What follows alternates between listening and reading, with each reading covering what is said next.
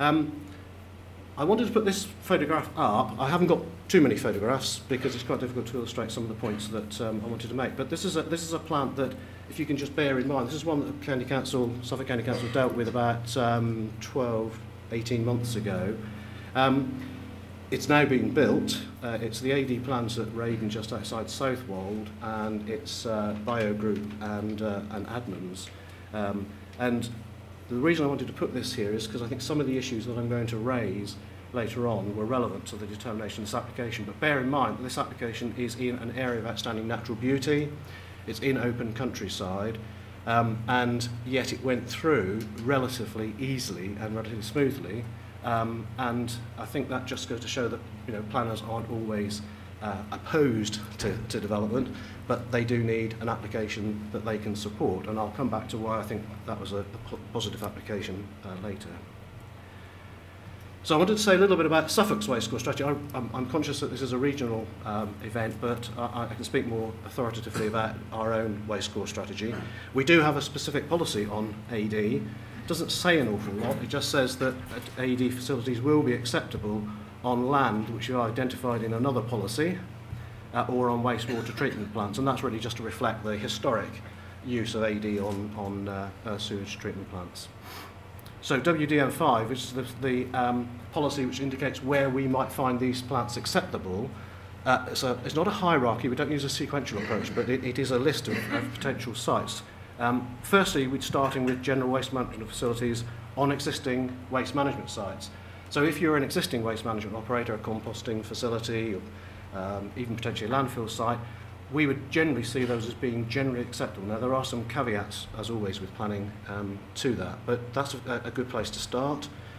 We would see them as being acceptable on general industrial use, land in current general industrial use, or in storage and distribution uses, or land that's allocated. B2 and B8 are the two use class order terms for general industrial and storage and distribution.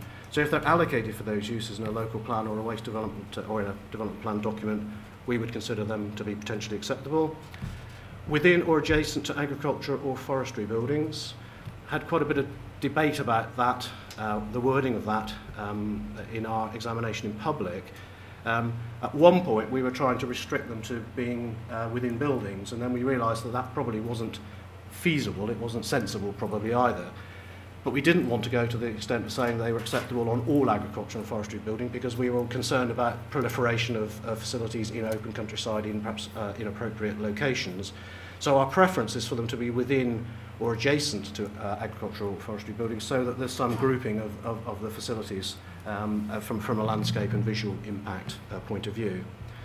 At brownfield land, we would consider them to be acceptable. Again, heavily caveated. Obviously, brownfield land covers a multitude of sins, a multitude of locations, and not all brownfield land is necessarily going to be acceptable for these facilities. And again, wastewater treatment facilities. So that's a broad range of potential sites for these facilities. But they must also comply with our general policy of WDM2, which talks about the things that we would expect an applicant to be considering in making a planning application. Now, I'm not going to go through the whole list. I think it goes up to R in the alphabet, but the obvious ones are things like vehicle movements, noise, air quality, and landscape. Those are just 4 examples. So we would expect those to be met in dealing with any application on any of those other sites. Just so that I'm not just Suffolk-centric, I did ask Norfolk County Council if they could give us their policy. They're not quite so far forward with their core strategy, but I think they've just submitted, so they're fairly well on. And they do have a policy relating to AD as part of a broader waste management policy. And within all those words, basically it says anaerobic digestion facilities will be considered favourably so long as they would not cause unacceptable environmental, amenity and/or highway impacts. So again, a very positive statement, I think, supplemented by some wording, not in policy but in text, which talks about AD plants, and I'll read it, but it says, alongside the use of other existing emerging and yet to emerge technologies, the Waste Planning Authority will therefore support the use of AD and will work closely with the Environment Agency and farmers, landowners, developers to maximise the delivery of new AD plants. Now that's a very positive statement, I think, to be made in a county waste planning document.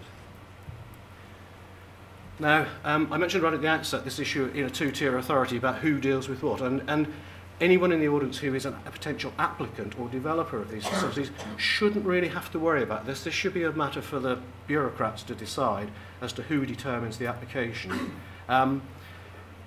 If it's a waste application, then it should come to the planning authority. If there's no element of waste, if it's purely energy crop, then I think I'm in no doubt that that should go to the district council in a two-tier authority, or a unitary if you're a unitary authority.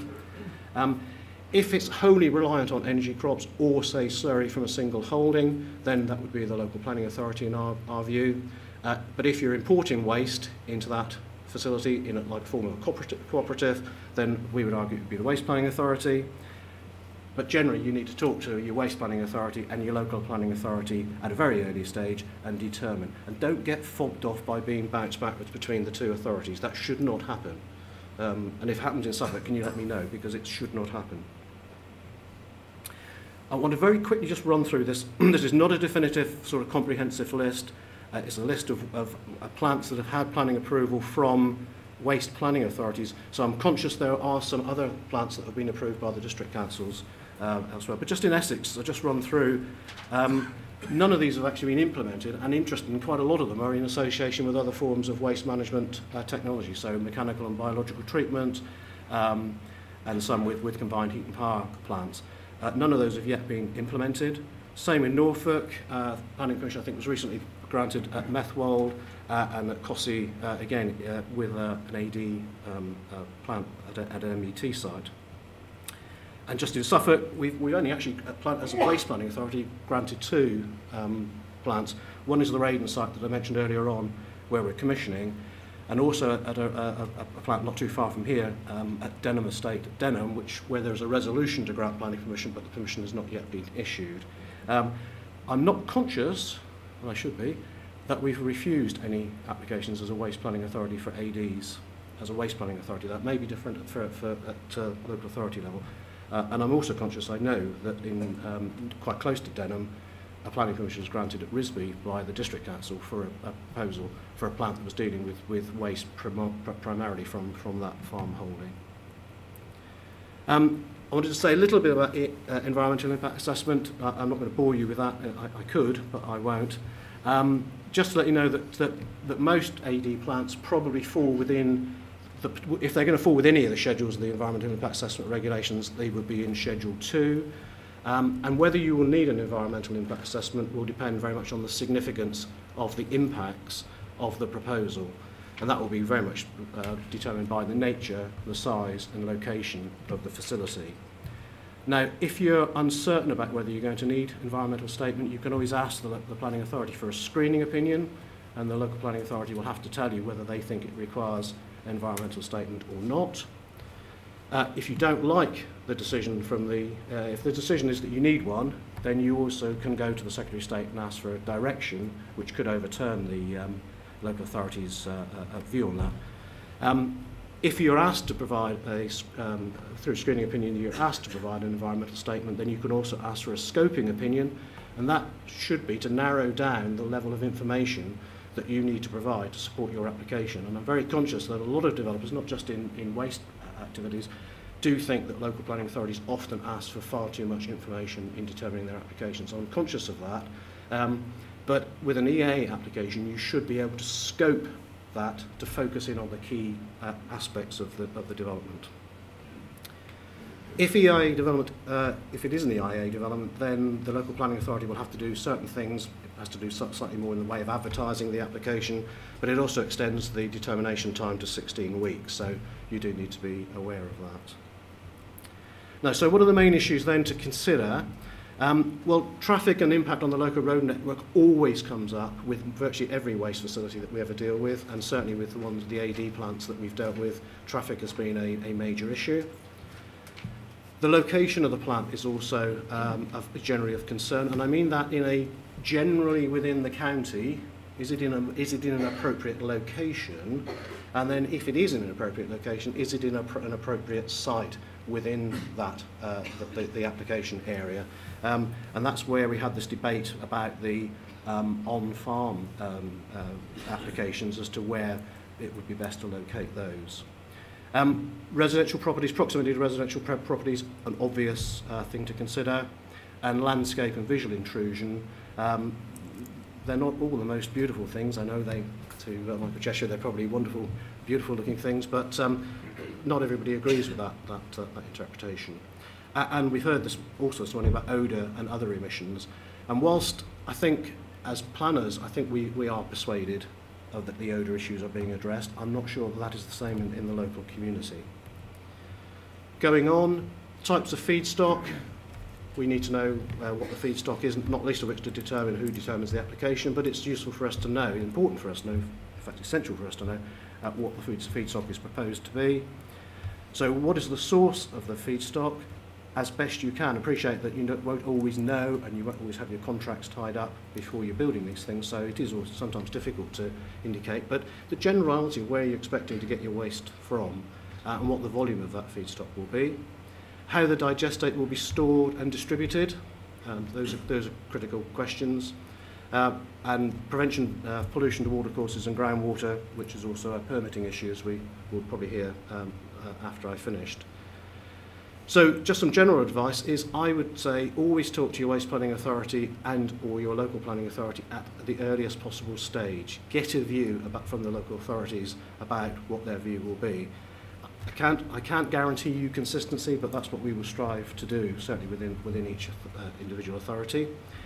And I can't stress too much to engage with the local community before you apply for your planning permission. I mean, it still amazes me, not so much in AD, but it still amazes me in some applications, the number of times we receive a planning application where the first time a local resident knows an application has been submitted is when they get the letter from the local planning authority telling them that the planning application has been submitted.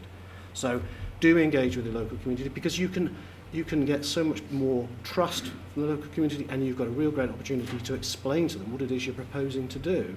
And there'll be novices in terms of we heard this morning about the processes and what actually happens in AD. So do take the time to talk to them about what you're proposing to do. As I would say this, wouldn't I? But do be aware of the Waste Planning Authority's policy on AD and waste management in general. So familiarise yourself with those and come forward with sites that obviously meet them. And support your information with as much information, environmental information, as necessary and appropriate. And I will come back to that point again. It's got to be necessary and appropriate. And if you think you're being asked for too much information, I'm sure you won't be frightened to say so. But also be aware that the planning authority is often put under a lot of pressure from statutory consultees and others for more and more information. So it's not just because we are being bloody minded about it, we are being put under pressure in the opposite direction. So just to sum up, there's very strong support, I think, for anaerobic digestion in national and local planning policy, which I think you can very much exploit. Your local communities may not always be as enthusiastic, so do work there. And in this era of localism, expectations, I think, of the pressure that local communities can bring to bear can be probably even more than they are even now. But choose a good location and be open and active in discussing the project in the locality, and be sensitive to the local concerns, especially in this era of localism.